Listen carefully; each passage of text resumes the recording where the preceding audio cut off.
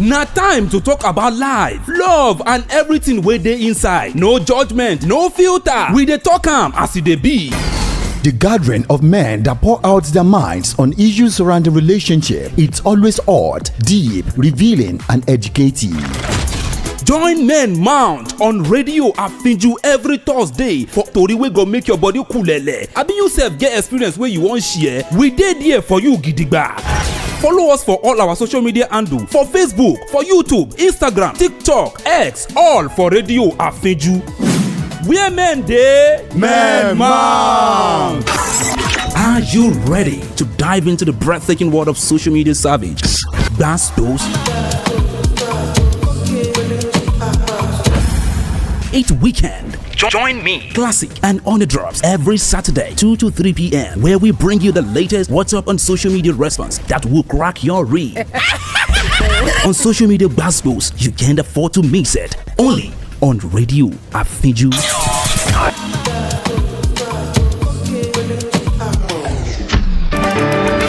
Wherever you're listening or watching Radio Afinju, the time is 3 p.m.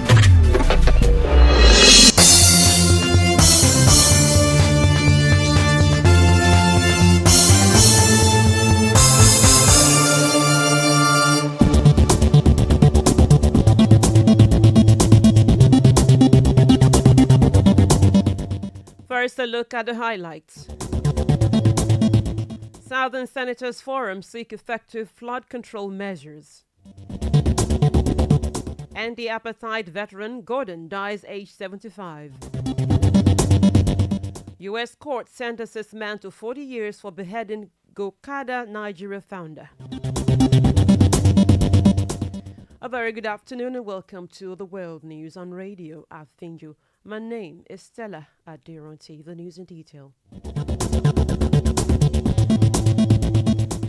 The Nigerian Southern Senators Forum has called on relevant agencies of government to intensify efforts towards mitigating the adverse effects of climate change and implementing effective flood control measures to safeguard lives and properties. Chairman of the forum, who represents Lagos East Senatorial District, Tokunbo Abiru, made this known in a statement in Abuja. The forum also extended deep sympathies to the government and people of Borno State over the recent flood incident. It also commended the efforts of the federal and state governments as well as relevant agencies in coming to the aid of the victims of the incident.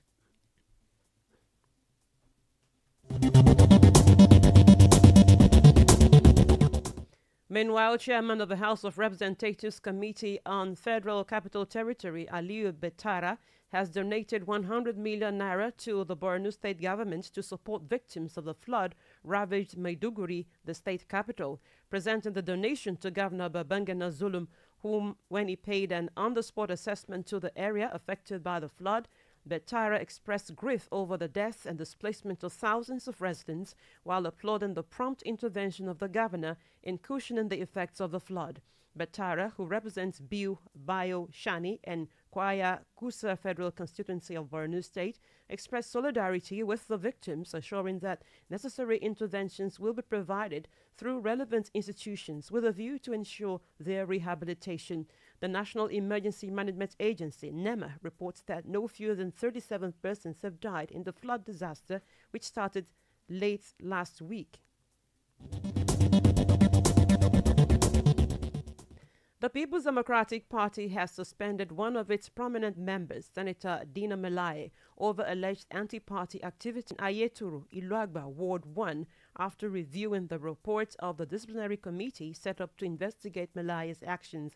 Melaye's recent actions were deemed detrimental to the PDP's interest and unity, prompting the suspension. This move is not unprecedented, as the PDP has taken similar actions against other members accused of anti-party activities. For instance, Peter Babalola, a chieftain from Osun, was suspended in August 2024 for alleged anti-party activities and not attending party meetings for 2 years. In another instance, former governor of Benue State, Samuel Otom, was also suspended by the Benue PDP over alleged anti-party activities. Similarly, Senator Gabriel Suswam and others were summoned by the Benue PDP over alleged gross misconduct and anti-party activities. These actions demonstrate the PDP's commitment to maintaining party discipline and unity. However, details of Malai's suspension are still emerging and more information is expected to follow.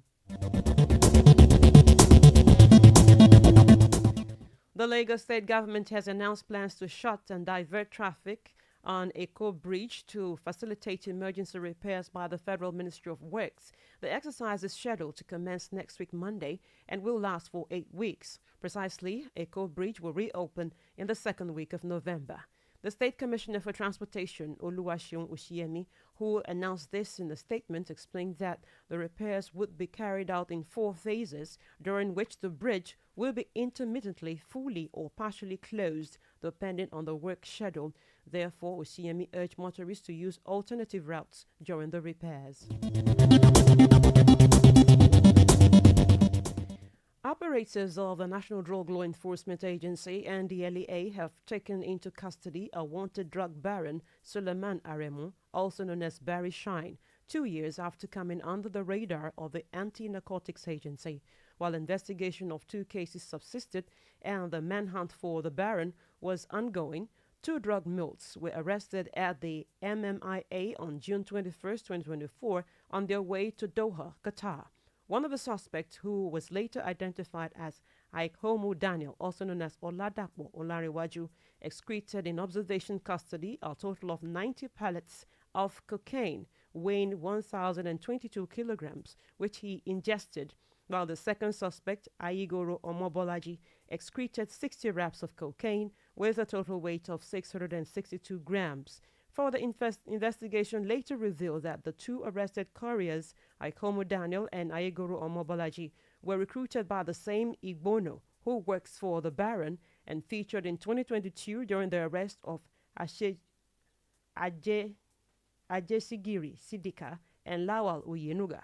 A financial investigation conducted by the agency also links the Baron, Suleiman, to the arrested suspects and 2 of his associates who recruit traffickers for him, Oluwafemi Abidoye and Olariwaju Rahman, both currently at large. As a result, the agency blocked the bank accounts linked to members of the cartel, after which Suleiman was eventually taken into custody on August 26, 2024, for further investigation. In his statement, Suleiman claimed he is into property development and hotel management while he lives in Lagos and Paris in France. He also stated that he runs another business that deals in clothes with his wife at Balogun Market, Lagos Island, adding that his regular visits to Saudi Arabia were to perform lesser Hajj.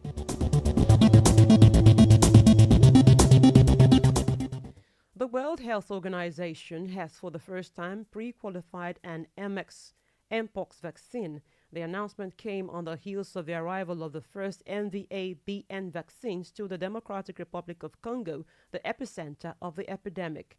DRC has recorded nearly 22,000 cases and 716 deaths linked to the virus since January. So far, some 200,000 vaccine doses have been delivered to the DRC by the European Union, along with about 50,000 from the United States. Mpox, previously known as monkeypox, is caused by a virus transmitted to humans by infected animals, but can also be passed from human to human through close physical contact.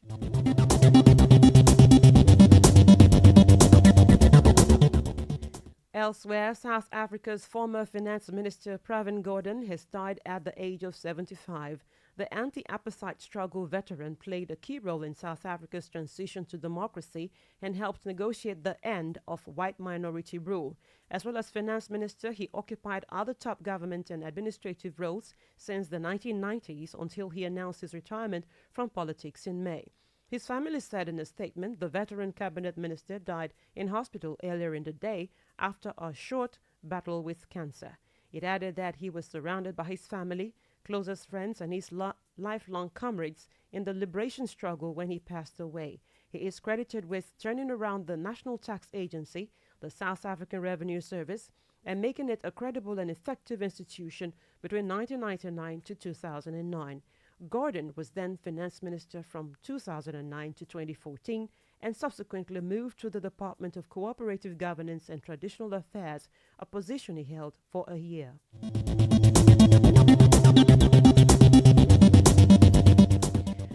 In other parts of Africa, Senegal's President Bassirou Faye has dissolved the opposition-led parliament, paving the way for snap elections 6 months after he was voted in on an anti-establishment platform. Faye said working with the assembly had grown difficult after members refused to start discussions on the budget law and rejected efforts to dissolve wasteful state institutions. Reports say the elections will be held on November 17th. Observers say Faye's party, PASTEF, the African Patriots of Senegal for Work, Ethics and Fraternity, has a high chance of securing a majority, given his popularity and his victory margin in the March presidential election, which he won with 54% of votes. The Beno Bok Yaka opposition platform, led by former President Macky Sall, condemned the move. It said Faye had convened a legislative session on the pretenses to announce the dissolution and accused them of perjury. Faye, 44 years old, won the vote in March to become Africa's youngest elected leader, less than 2 weeks after he was released from prison.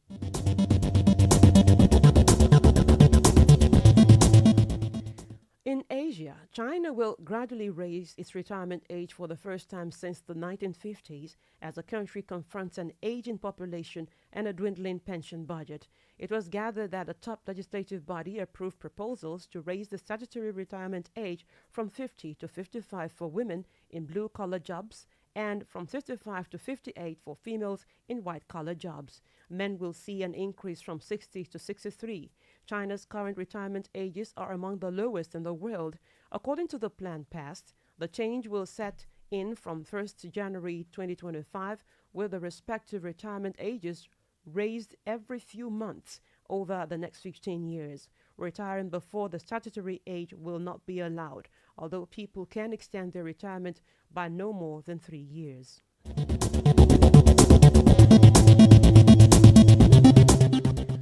Still in Asia, North Korea has for the first time offered a glimpse into a uranium enrichment facility which produces material for its nuclear weapons. Photographs showed its leader, Kim Jong-un, who had earlier vowed to potentially increase the country's stash of nuclear weapons, inspecting the area. Information has it that he had similarly called for the uranium facility to increase its production.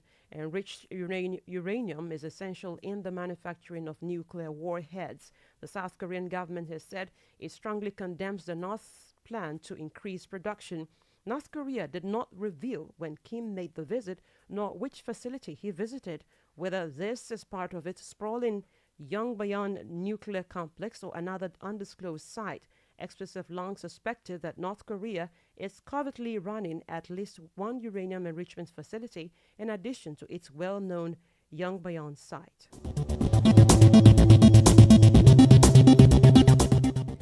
In Europe, Russian President Vladimir Putin, speaking in St. Petersburg, has sent a clear warning to the West not to allow Ukraine to use its long-range missiles to strike Russian territory. Moscow, he said, would view that as a direct participation of NATO countries in the war in Ukraine.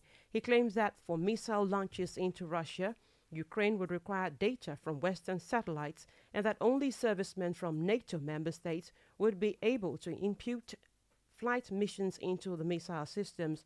Russia has drawn red lines before and seen them crossed before. On 24th February 2022, when he announced the start of his special military operation, the full-scale invasion of Ukraine, President Putin issued a warning to those who may be tempted to interfere from the outside.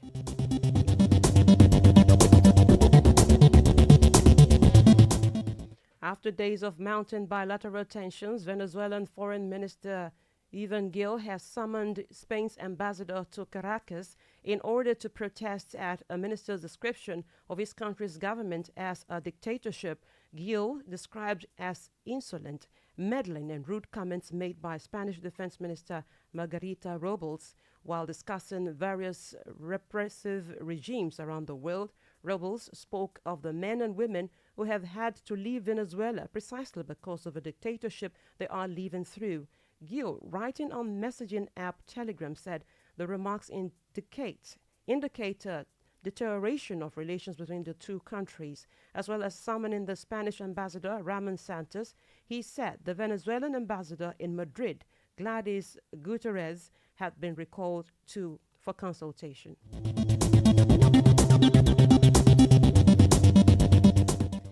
In the Americas, former U.S. President Donald Trump has ruled out another presidential debate against his rival Kamala Harris before November's election. He said that Harris only wanted a rematch because he clearly won, adding that Harris should instead focus on her job as vice president.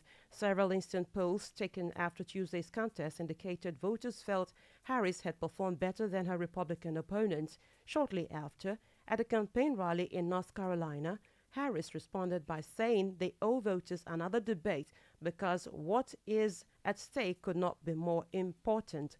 Polls suggest the two candidates are in an extremely tight race with just 2 months to go before the election. Both claimed victory after Tuesday's 90-minute debate on ABC News, in which Harris rattled Trump with a string of personal attacks that put him on the defensive. These included comments about the size of his rally crowds and his conduct during the 6th January 2021 riot at the U.S. Capitol.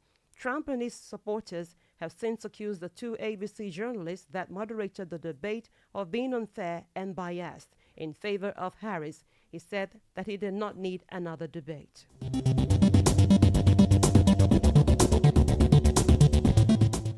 A 25-year-old American man, Therese Haspel, has been sentenced to 40 years to life in prison for the murder of his former boss, Fahim Saleh, 33 years old, in New York City. Saleh was the founder and CEO of Nigerian transportation company Go-Kada. Haspel, who worked as Saleh's executive assistant, had been embezzling funds from his employer and killed him to avoid being caught. Haspel's sentencing followed his conviction by a New York State Supreme Court jury 2 months ago. He was found guilty of first-degree murder, second-degree grand theft, and other charges. The Manhattan District Attorney, Alvin Bragg Jr., in a statement said, Tyrese Haspel is facing accountability for brutally murdering and decapitating Fahim Saleh, a kind, generous, and emphatic person who positively impacted the world. According to prosecutors, surveillance footage captured Haspel entering Saleh's apartment building in Lower Manhattan on July 13, 2020, and following him into the elevator. Upon exiting the elevator, which led directly into Saleh's apartment, Haspel deployed a taser against Saleh's back and then repeatedly stabbed him in the neck and torso with a knife, resulting in his death.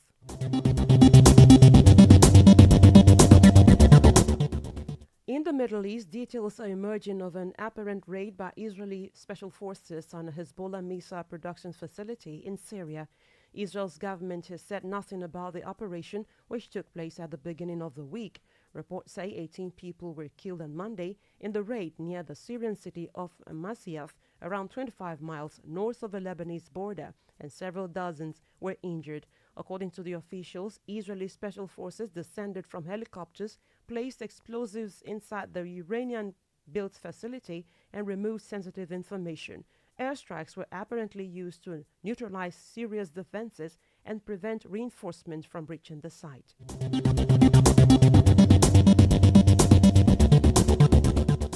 Meanwhile, Israel's military have continued to pound Gaza, killing 40 more Palestinians as international condemnation mounted over an Israeli attack that killed at least 18 people at a United Nations-run school, including 6 aid workers. UN Chief Antonio Guterres reiterated his demand for an immediate ceasefire in Gaza following the attack on Al-Joani School, saying the horrific violence in the Palestinian enclave must stop.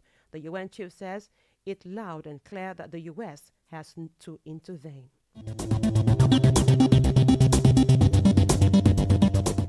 And talking sports, American coach Randy Waldrum has resigned as the coach of the Super Falcons. His resignation is contained in a letter dated September 12th. The 67-year-old cited health issues of his wife as the reason he is resigning from the job. Waldrum, who took over as the Falcons coach in 2020, led the Falcons to the semifinals of the 2022 WAFN in Morocco and the 2023 Women's World Cup in Australia and New Zealand. We are the record African champions, dazzled before bowing out on penalties to England in the round of 16.